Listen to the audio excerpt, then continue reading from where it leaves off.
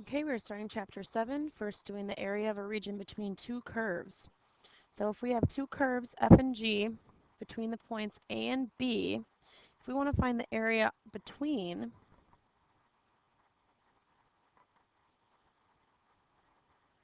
F and G,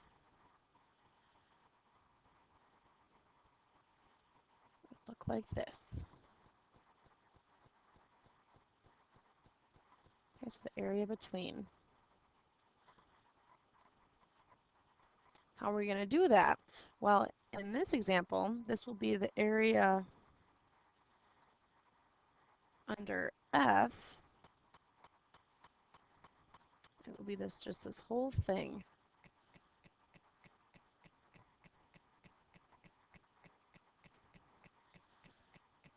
And then if I also do the area under G from A to B,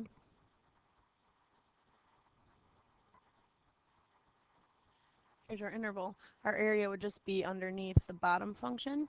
So clearly if we are trying to find that first picture, the area between F and G, we'd have to find the area of F, which is the higher one, and subtract off the area of G, which is the smaller, which would give us the difference in between. And that's exactly what this definition says. To find the area between A and B between two functions, you take the integral of the higher function minus the integral of the smaller function over that interval.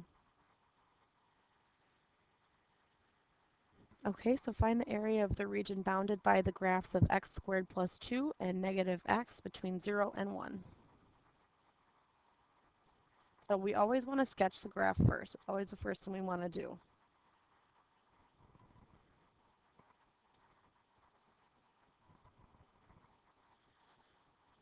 So x squared plus 2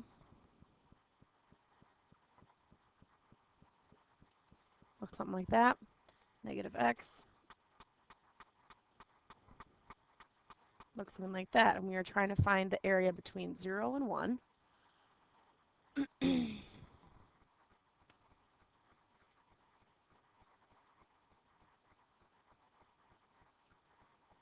Which will be this whole area between the two functions.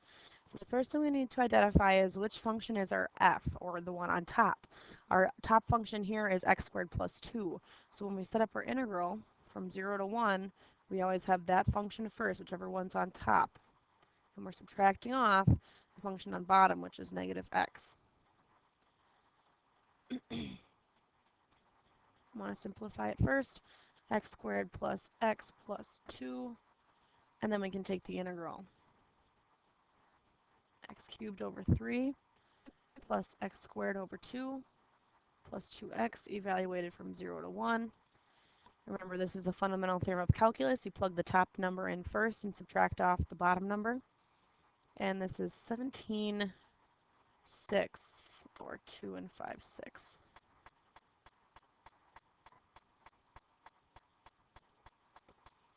Okay, next example. Find the area of the region bounded by the two graphs. So this time they don't give us any x values, which means we have to make our x values. And the way we're going to do that is figure out where the two graphs intersect. So first I'm going to draw a picture.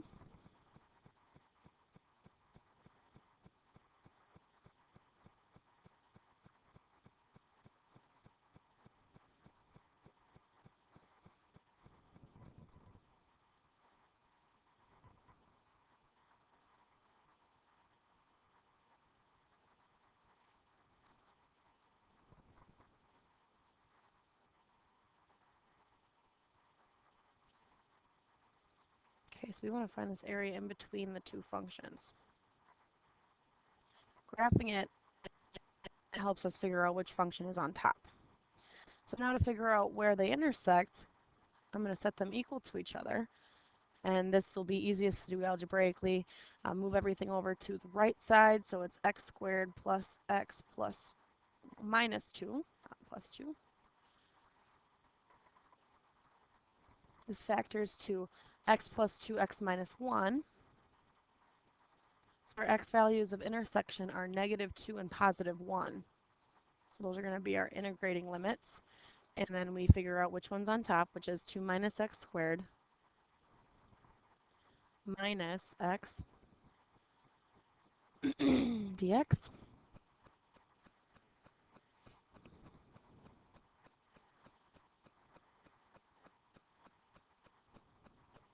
So negative x squared minus x plus 2 dx is negative x cubed over 3 minus x squared over 2 plus 2x evaluated from negative 2 to 1. Using the fundamental theorem of calculus, you get 4.5.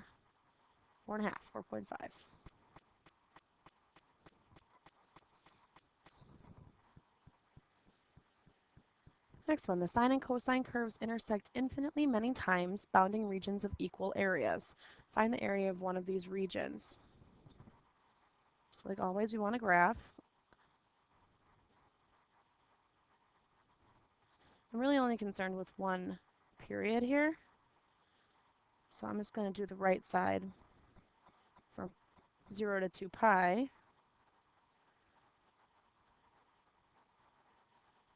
From negative 1 to 1 for the range. So first I'm going to do the sine curve in red.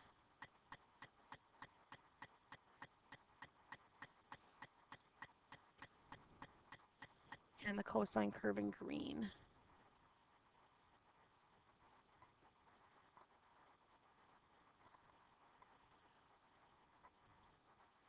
Not perfect, but it gets the concept across.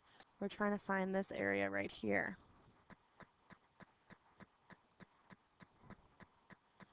Okay, so now we need to find what those intersection points are. Where is sine of x equal to cosine x? If we look at our unit circle, there are 2 times where this happens. Pi over 4 and 5 pi over 4. So then we can set up our integral from there. And looking at the graph, it looks like sine is on top the whole time.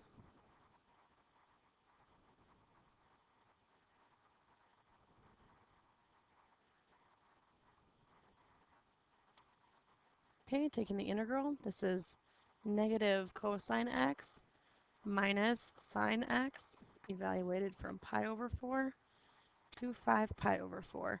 And if we use the exact answers, we get this 2 times the square root of 2 for our answer.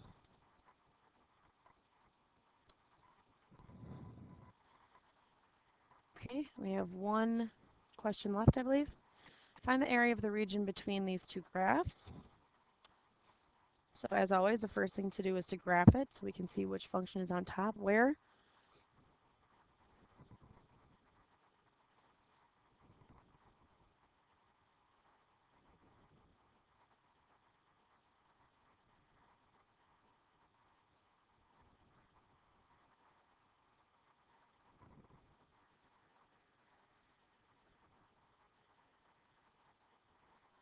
Okay, so I made my scale on the y-axis much bigger.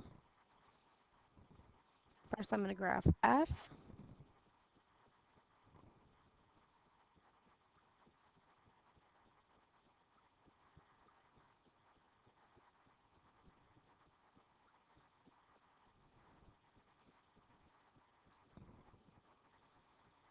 Like that. And then g.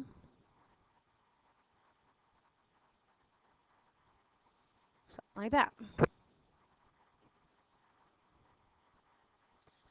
The point, it's not for accuracy, we're just trying to figure out which function is on top, where. And as you can see, the function on top changes. So we're going to have 2 different integrals here. The first one we're going to have to do from these 2 red points. And if we can do this algebraically as well, let's do it that first. Figure out where that happens. Set them equal to each other.